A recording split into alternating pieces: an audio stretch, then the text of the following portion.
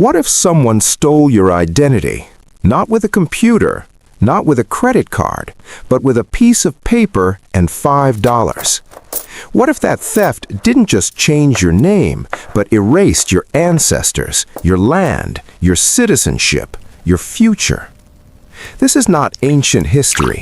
This happened in America, in courtrooms, in census offices, on official government rolls. It's called the $5 Indian practice, a system where identity was bought, sold, and weaponized.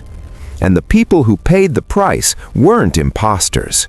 They were black Native Americans who had lived inside tribes for generations, only to be written out of existence by ink and prejudice.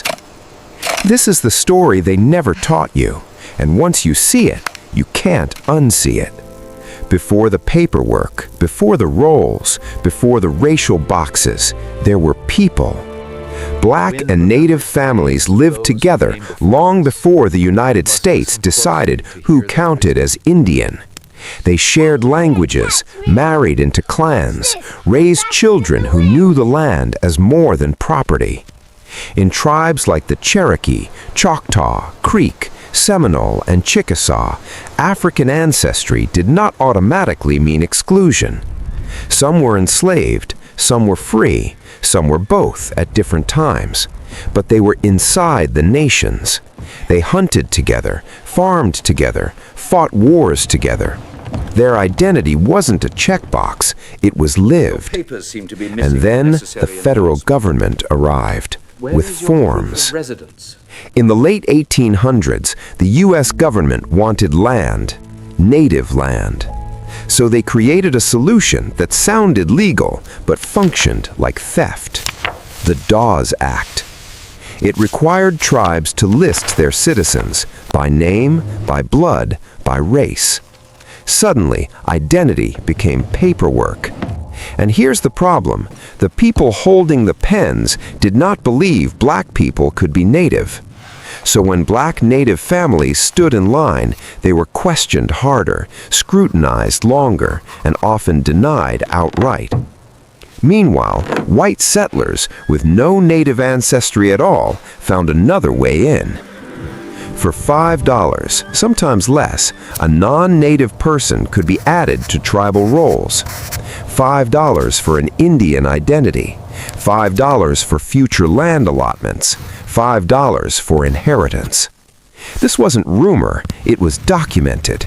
Officials accepted bribes, witnesses lied, records were altered. And while outsiders were written in, black Native families who spoke the language, knew the ceremonies, and buried their ancestors on tribal land were written out. Some were marked as freedmen, others were labeled Negro, even when their parents and grandparents were already on tribal rolls. Paper replaced truth. Imagine standing in front of a government agent who tells you you're not Indian enough. Imagine being removed from your own nation because your skin was darker. That erasure didn't just take identity, it took land. Families lost allotments, children lost inheritance, entire bloodlines vanished from records. And once your name was gone from the roll, there was almost no way back. This wasn't a mistake, it was policy. A quiet one, a clean one, a devastating one. And this was only the beginning, because what started as paperwork would soon become something worse. A system that reshaped race, rewrote history, and fractured Native nations forever. When the Dawes rolls were created, the government didn't just list people, they sorted them. White officials invented categories that would decide a person's future with a single word: by blood, intermarried white, and then freedmen. If you were black, even if your parents were Native, even if your grandparents were chiefs, you were often placed in the freedmen column. That label came with a message: you belong, but not really. Freedmen were considered outsiders inside their own nations. They could live there, work there, fight wars there. But when land, money, and citizenship were divided, they were last in line. Then came another invention, blood quantum. It sounded scientific, objective, fair. It wasn't. Blood quantum reduced identity to fractions, 1/2, 1/4, 1/8. White officials decided how much Indian blood was enough to count. But here's the truth they didn't say aloud. Black ancestry was treated as contamination. A black native with full tribal lineage could be declared less Indian than a white settler with no native culture at all. Blood quantum didn't protect tribes, it shrunk them. Every generation, fewer people qualified. Every generation, more land became available. And the government knew exactly what it was doing. Inside Native communities, families were torn apart, not by war, not by choice, but by paperwork. One sibling listed as Indian by blood, another marked freedman. Same parents, same home, different futures. Children watched cousins inherit land while they inherited nothing. Elders who spoke the language fluently were told they didn't belong. And when people protested, they were told, it's not personal, it's just the record. But records are written by people, and people brought prejudice with them. This was identity theft, slow, legal, and devastating. Some black Native families fought back. They gathered documents, witness statements, church records, oral histories passed down for generations. They went to court. But the courts trusted paper over people. If your name wasn't on the right roll, your story didn't matter. Judges ruled that tribes had the right to define citizenship, even when that definition was shaped by racism and coercion. So families lost cases, lost land, lost recognition, and slowly the silence grew. By the early 20th century, the damage was done. Millions of acres transferred, tribal wealth redistributed, black Native Americans erased from official history. Their descendants would grow up hearing, "You're not really Native," not from strangers, but from institutions, from schools, from courts, from tribes pressured to survive inside a system designed to fracture them. But this story doesn't end in silence, because memory survived where paperwork failed, and the fight to reclaim identity was only beginning. When black Native families were erased from the rolls, someone else took their place. Land didn't disappear, it changed hands. Acres that had sustained families for generations were suddenly reassigned to people whose only connection to Native identity was a signature and a bribe. Oil was discovered, timber was harvested, railroads expanded, and wealth followed the names that appeared on paper. Some white families went from poverty to prosperity overnight, not because they built something, but because they were written in while others were written out. This wasn't accidental. It was a transfer of wealth, quiet, legal, and devastating. The consequences didn't stop in 1907. They echoed. Children grew up without land that should have been theirs. Grandchildren inherited stories instead of property. Entire bloodlines lost access to education funds, health services, and political voice inside their own nations. Meanwhile, families who benefited passed land down like heirlooms, never questioned, never challenged. By the time America reached the mid-20th century, the gap was set.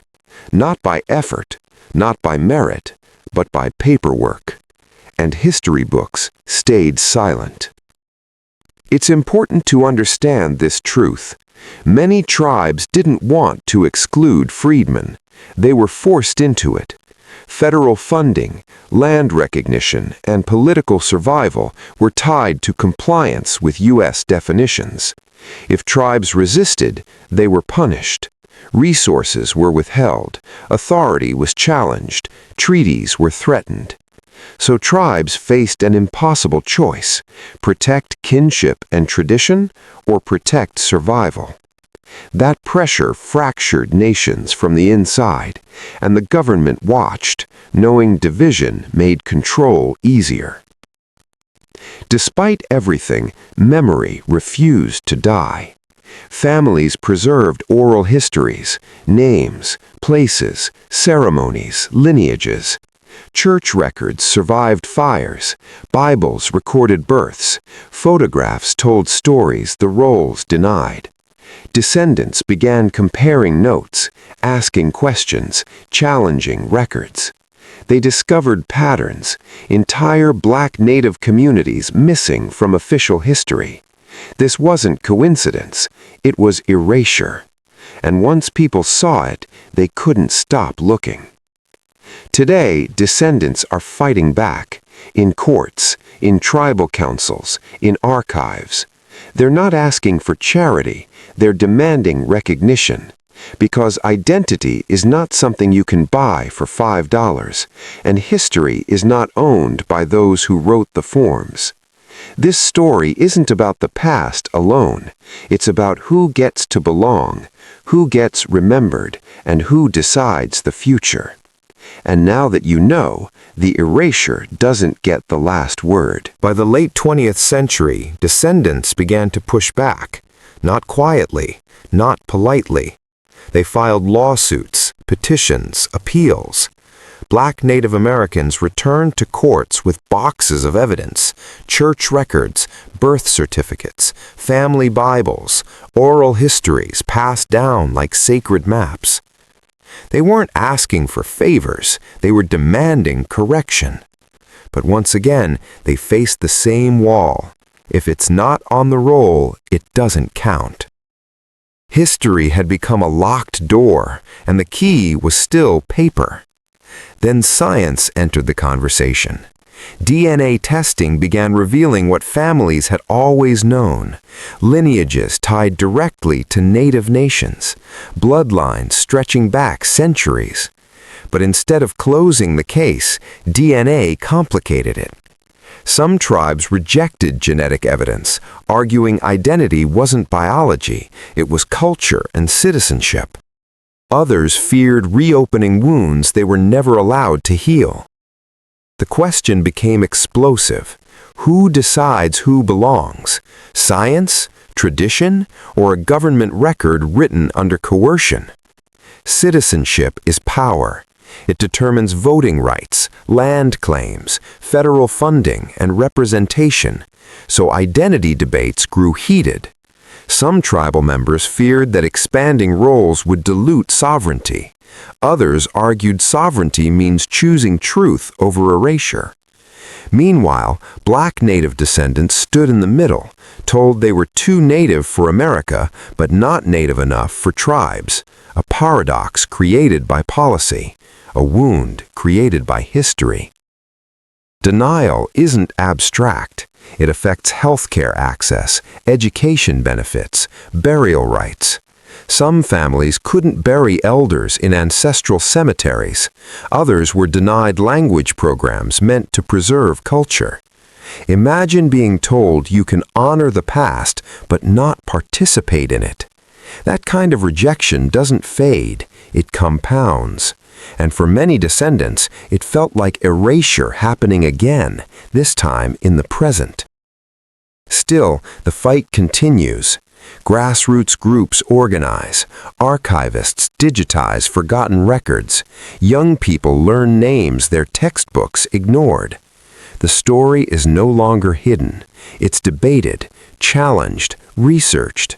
Because once people realize their identity was stolen, they don't stop asking questions.